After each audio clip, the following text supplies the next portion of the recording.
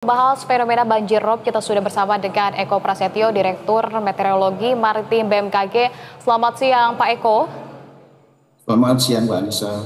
Baik, Pak Eko mungkin dapat dijelaskan dan juga memberikan gambaran kepada kami dan juga pemirsa di rumah terkait dengan fenomena banjir rob ini yang merupakan fenomena apa dan apakah ada kaitannya dengan fenomena supermoon, Pak Eko?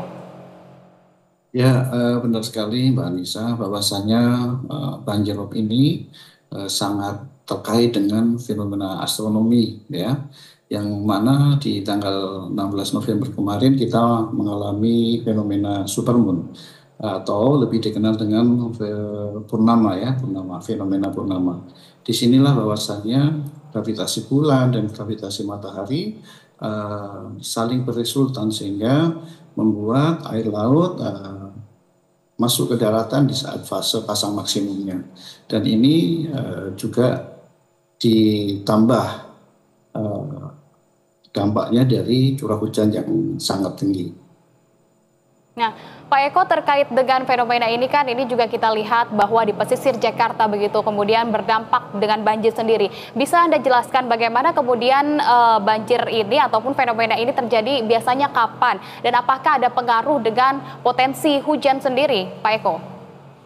Ya, kami selalu mengedukasi ke masyarakat yang utamanya yang lingkungannya sering terdampak banjir rob. Ini bisa ditandai dengan mudah, yaitu potensi banjir pesisir itu bisa terjadi 1 kali atau 2 kali dalam sebulan. Tepatnya di awal atau akhir bulan Hijriah dan di pertengahan bulan Hijriah. Itu 2 waktu itu yang perlu ditandai. Masyarakat tentunya sudah paham ini, hanya saja perlu terus diingatkan agar bisa menyiapkan lingkungannya, menyiapkan daerahnya untuk lebih bisa beradaptasi, ya, terhadap ancaman potensi banjir pesisir atau banjir rob ini. Dan tentunya dengan informasi peringatan dini hujan lebat ini harus semakin menambah penyiapan atau adaptasi masyarakat karena ini akan menambah dampak dari ancaman naiknya muka air laut di daratan atau di pesisir. Termasuk di bulan November ini ya Pak ya, kalau intensitas dan kemudian durasi perkiraan banjir rob ini akan terjadi dari periode tanggal berapa hingga kapan prediksi dari BMKG, Pak Eko? Ya, untuk bulan November ini memang di beberapa wilayah tidak sama waktu dampak robnya, ya. Seperti di sekitar pesisir Kepulauan Riau itu berlangsung tanggal 15 November kemarin hingga tanggal 22 November. Dan ini juga berbeda untuk daerah pesisir Jakarta Utara. Ini bisa berlangsung hingga tanggal 21 November nanti. Berbeda juga untuk wilayah yang lain, ya, seperti Nusa Tenggara Timur itu sudah mulai berakhir, sudah tidak nampak dampaknya. Kemudian di wilayah pesisir utara Jawa Timur juga mudah-mudahan hari ini sudah tuntas. Kemudian yang masih nampak adalah di pesisir utara Jawa Tengah. Ini bisa berlangsung hingga tanggal 26 November. Nah, ini masyarakat di wilayah-wilayah tersebut untuk bisa lebih menyiapkan diri agar ancaman banjir rob ini tidak merugikan aktivitas mereka, juga bisa terus melancarkan kegiatan sehari-hari. Nah, seperti yang Anda sampaikan bahwa terjadi perbedaan begitu dengan Jakarta Utara, NTT maupun Jawa Timur. Nah, potensi banjir rob ini diketahui kalau memiliki perbedaan waktu, hari, dan jam, tiap wilayah kan bisa berbeda seperti yang Anda sampaikan. Bagaimana kemudian Anda menjelaskan tentang maksud dari perbedaan ini kepada masyarakat, Pak Eko? Ya, di sini bahwasanya wilayah kita, lingkungan kita mempunyai karakter topografi yang berbeda, kemudian daya dukung lingkungan yang berbeda. Ya, tentunya ini juga perlu penyiapan khusus. Bahwasanya ketika rob datang, apa yang harus dilakukan? Apakah penguatan tanggul, apakah penyiapan pompa air, atau hal yang lain yang tentunya bisa mendukung agar ketika banjir rob datang ini bisa cepat teratasi.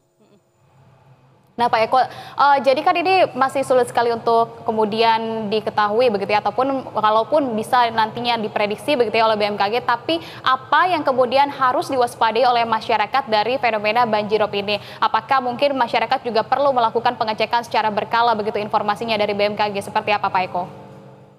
Ya, benar. Terkait dengan selalu ikuti informasi dari BMKG, juga perlu dicek lagi kondisi lingkungan kita ya.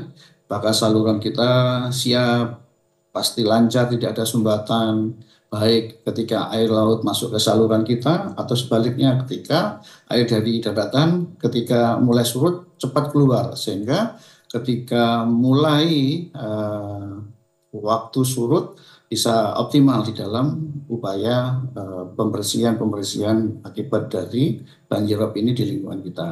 Kemudian juga di daerah-daerah yang sering terdampak rob ini eh, diharapkan desain ya instalasi listriknya harus aman.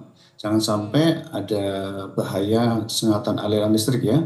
Seperti kita lihat, justru anak-anak kecil bermain-main di lingkungan kita dengan tinggi air laut yang di daratan yang cukup signifikan berbahaya ketika itu terjadi ya, terkait instalasi listrik yang tidak aman. Nah, itu yang perlu diperhatikan. Lantas kemudian kalau dari catatan BMKG, wilayah yang terdampak dari banjirop ini sebetulnya wilayah mana saja yang cukup terdampak parah begitu dan harus diwaspadai oleh masyarakat, Pak Eko? Ya, memang pemetaan banjir rob ini terus kita lakukan dan kita tingkatkan ya. Jadi catatan kami yang paling harus lebih waspada itu adalah pesisir utara Jawa Barat, termasuk utara Jakarta, kemudian pesisir utara Jawa Tengah, termasuk Pekalongan, Demak, Semarang, kemudian juga pesisir utara Jawa Timur, di antaranya Tuban, Gresik, Surabaya, kemudian juga wilayah lain, termasuk Kalimantan Barat dan Kalimantan Timur. Itu yang mungkin sering terdampak banjir rob yang kerap kali mengganggu aktivitas masyarakat. Oke, baik. Dengan adanya informasi ini diharapkan masyarakat kemudian dapat aware begitu ya, dapat kemudian mengantisipasi dari adanya fenomena banjirop ini. Kalau begitu terima kasih atas informasi Anda, Eko Prasetyo, Direktur Meteorologi Maritim BMKG. Salam sehat selalu, Pak Eko. Sehat selalu, selamat beraktivitas.